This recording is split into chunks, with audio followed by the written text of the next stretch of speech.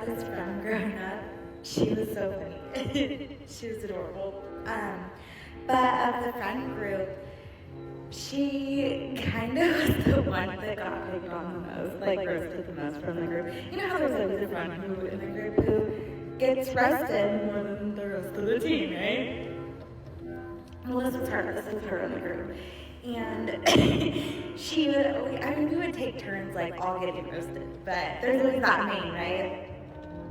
And she would always ask who, she would be like, why am I always the one getting picked on? Well, because you reacted the most, like, because of your reactions. That's why people kind of pick on you, is because they guarantee a reaction from you, and your reactions are kind of funny. But my point of that is, it's the same in life, right? When people are asking you questions, when people are trying to get you to explain yourself, trying to fish for your side of the story when they're hearing things, or fish for something from you so that they can write their own narrative or story, or whatever that looks like, right? But people go off of patterns, they go off of reaction. They kind of base, right? That's how we continue. But what if you don't give them one?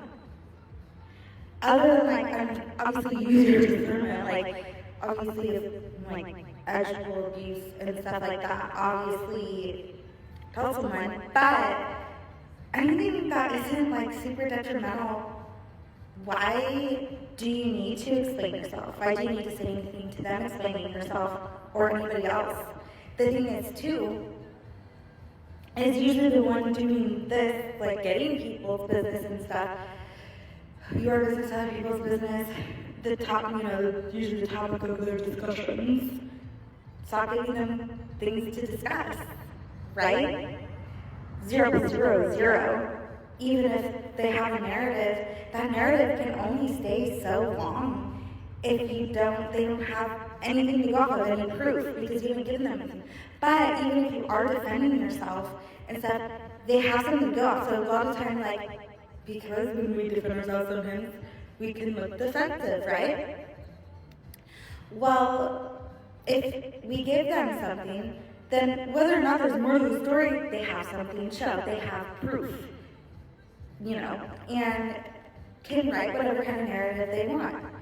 But if you don't, or you ghost the ghosters, or the ones who are doing whatever, if you flip that on them, you don't react, you don't give them anything, then because that's the thing too, is they're trying to get you out of character. Proof. This is how I'm saying that they are, and look right here, this is it. But sometimes we react, it's not our character. But a lot of stories and narratives are about one of another that are completely misconstrued, right? And then we're feeling really misunderstood. By giving them nothing, when they rely on something, yes, it is more of a patient game, but you're also proving, you're proving your character, because you're not scooping down to anything that is not of you, that is below you. And also, it's going to switch. They're going to wonder why their games stopped working, why what they worked wasn't good enough, why it's going to start flipping on them. Yes, it can take a while, but you being silent is the very best and deadliest thing you could ever do to somebody who's against you. Whether they are secretly against you or not secretly against you, you don't know. The best thing that you could do is give them nothing. Give them no response. If you feel eerie when people are asking you questions and stuff, you don't have to answer them. You know what I mean?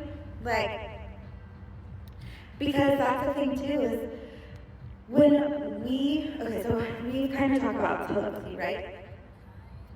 When you let people in your orbit, you are allowing people in your energetic telepathic orbit. So when you start to think of somebody and then they call you, that's your telepathic orbit. You guys share that telepathic orbit. That's why it's super important when you're when you know to walk away from somebody, to completely cut the cord, because they can still manipulate because they have that energetic connection. But two, that's another thing, is when you just decide to walk away when you know that somebody's no longer serving you and you know that they've shown their colors. And that's why it's so important to just cut it straight off, because that's another thing too, is they'll no longer have connection to your mind, your thoughts, even if they're throwing projections out about you. Because that's the thing is, so because the way that our minds work, and because of the way, so Earth is one big transmission. Because the thought was for heaven on earth, if you can think it, and if you can envision it, you can have it. It's yours. It may take a little while, and there's steps to that on the way, but it's yours. And that comes with a lot of patience, right?